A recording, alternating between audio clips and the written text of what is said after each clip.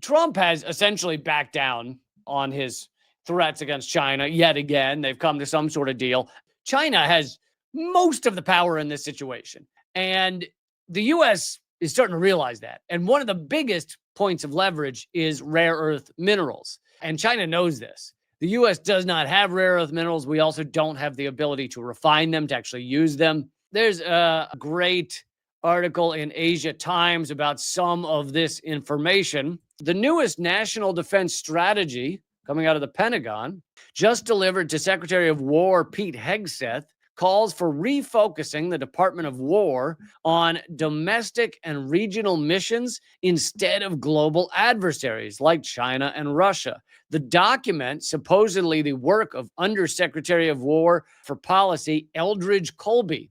This document is basically saying that the U.S. should stop going after China and instead focus more on issues at home, problems at home. And this was also verified by Politico, which is a standard U.S.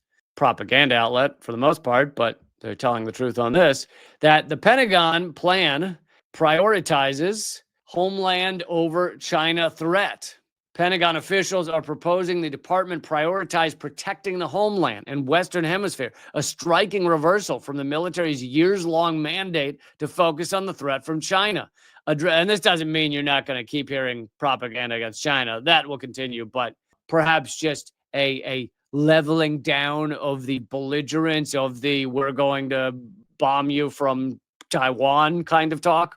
A draft of the newest national defense strategy, which landed on Defense Secretary Hegseth's desk last week, this is a report from September, by the way, places domestic and regional missions above countering adversaries such as Boeing and Moscow, according to 3 people briefed on early versions of the report.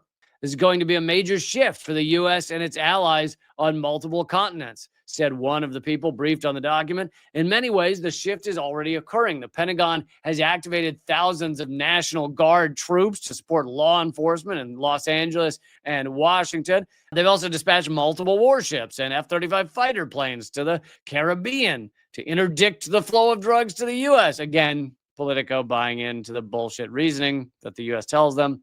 Eldridge Colby, the Pentagon's policy chief, has led this strategy.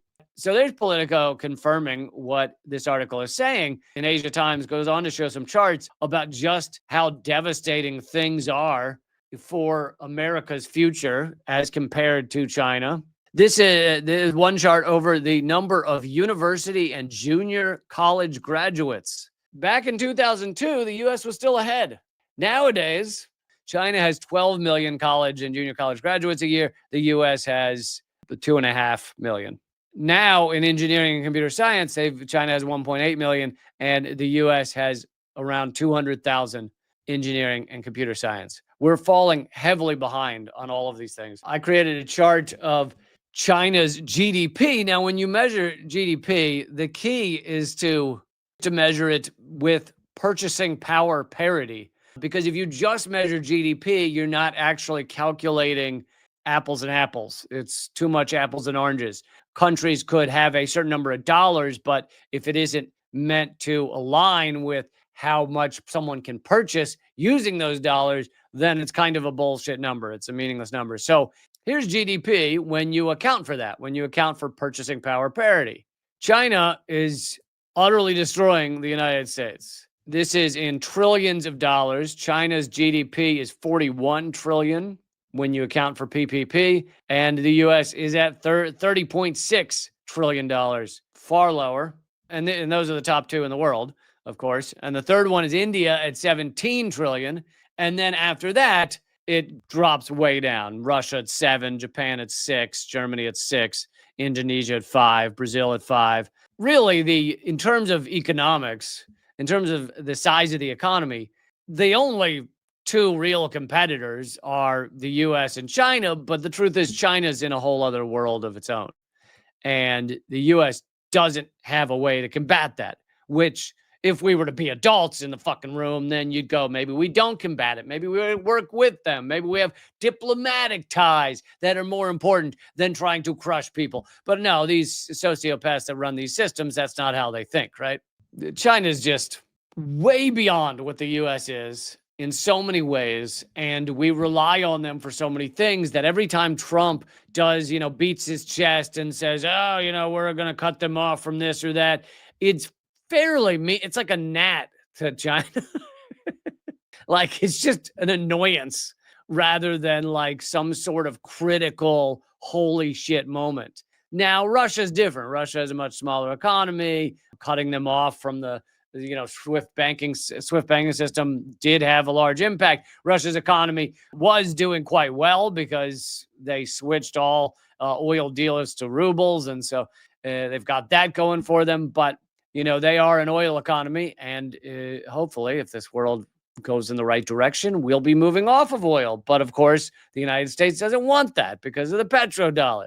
So we've got to keep fighting for oil. Hence why Trump has just now cut away all money going to any kind of green energy efforts whatsoever. And, if China keeps making incredible advancements in fusion energy, it could be far sooner than we think, where we go, oh my God, they've figured out fusion energy, and literally it can power the world without the radioactivity problems of fission energy. And it would change everything once we get there, which is why China and a few countries are working very hard to create fusion energy. The US is not. There are some corporations that are attempting to do some fusion energy stuff, one of them building a facility in Virginia.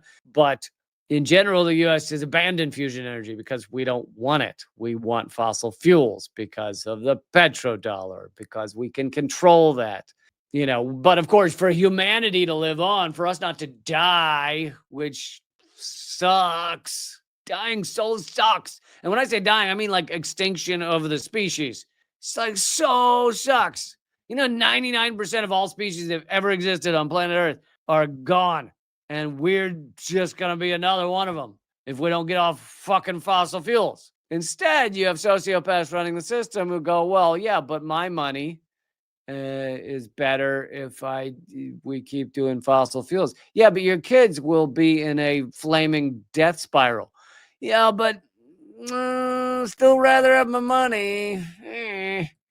That money sounds pretty good. Pretty good money. I like money lots. That seems to be the general response from the people that actually have the most power in this stupid, dumb country.